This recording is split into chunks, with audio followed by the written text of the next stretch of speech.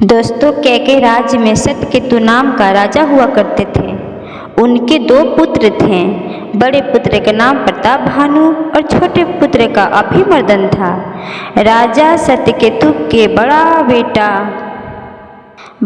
प्रताप भानु राजगद्दी पर विराजमान हुआ। राजा प्रताप भानु सदाचारी और धर्मपरायण थे। सारे कामकाज वेदों और शास्त्रों के अनुसार ही करते थे।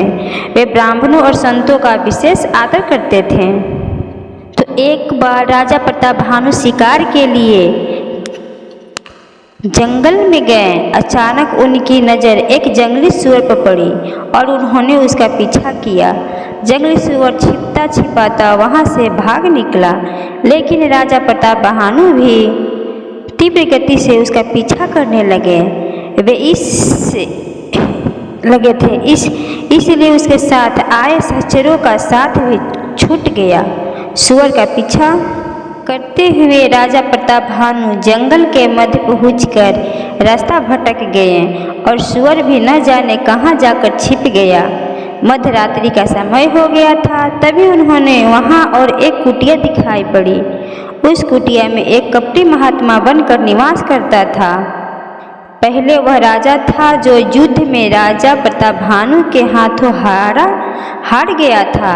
तब से शर्म के मारे वह अपने राज्य वापस गया और न ही किसी से संपर्क में था। वह भेष बदलकर जंगल में रहता था। राजा प्रताप भानु ने अपना घोड़ा एक पेड़ से बांधा और कुटिया में उस कपटी महात्मा से मिले और उसे नमन किया। कपटी महात्मा ने आसन दिया, पानी पिलाया और अनजान बनते हुए राजा से अपना परिचय पूछा। राजा प्रताप भानु ने भी अपने आप को छुपाते हुए बताया कि वे राजा प्रताप भानु के मंत्री हैं, जो शिकार में साथ आए राजा प्रताप भानु से पिछड़ गए हैं। इतना सुनते ही उस कपट मुनि ने कहा, अपने नीति का पालन करते हुए अपने आप को छुपाया। मुझे अच्छा लगा। नीति यही कहती है कि स्थान विशेष को छोड़कर राजा को अपना परिचय स्पष्ट नहीं करना चाहिए। राजन प्रताप भानु इतना सुनते ही राजा को बड़ा आश्चर्य हुआ।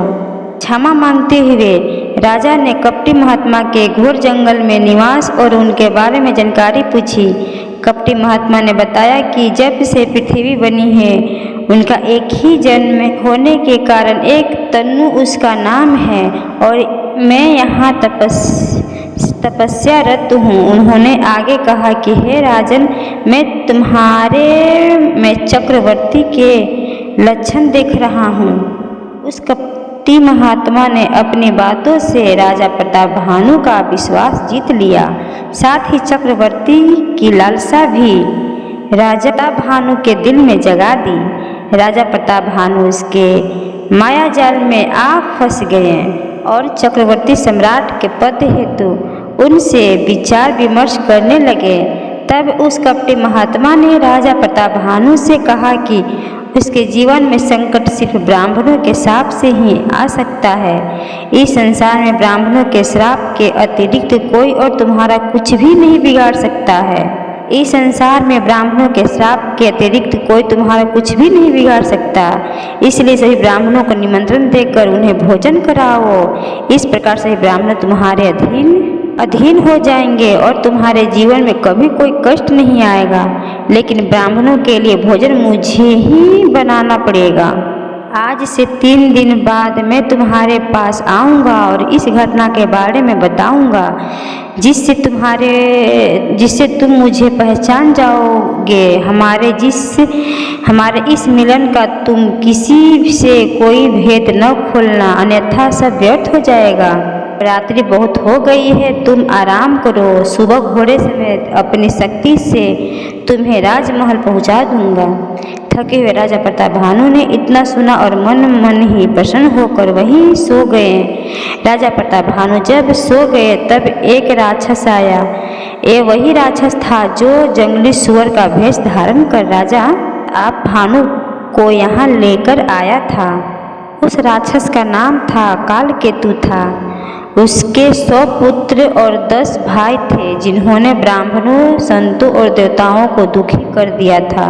उनका संहार भी राजा प्रताप भानु ने ही किया था।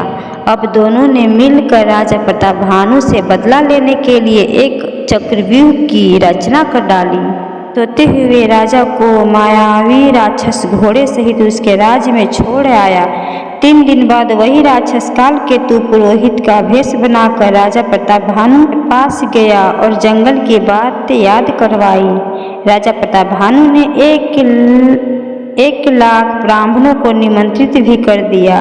राक्षस ने माया से बहुत सारे व्यंजन तैयार किए जो अभक्ष्य मांस से पकाए गए थे। ब्राह्मण भोजन ग्रहण करने बैठे, तभी आकाशवाणी हुई जिससे सभी ब्राह्मणों को पता चला कि उनके सामने मांस परोसा गया है। इतना पता चलते ही सभी ब्राह्मणों ने राजा प्रताप भानु को श्राप दिया कि वे कुल समेत राक्षस हो जाएं। इधर उस कपटी महात्मा को एक खबर मिलते ही उसने आसपास के सभी राजाओं को एकत्रित किया और राजा प्रताप भानु के राज्य पर आक्रमण कर दिया। फिर जो युद्ध हुआ उसमें सत्यकेतु का सारा वंश समाप्त हो गया। वही राजा प्रताप भानु बाद में रावण के रूप में जन्मा और उसका भाई अभिमर्दन कुंभकर्ण के रूप में राजा प्रताप भानु का मंत्री धर्मरुचि रावण के सौतेले भाई विभीषण के रूप में जन्मा। तो दोस्तों, मैं आशा करती हूँ कि यह कहानी आपको ज़रूर पसंद आया होगा। तो हमारे वीडियो को लाइक सब्सक्राइब करें और वीडियो को शेयर करें। धन्यवाद।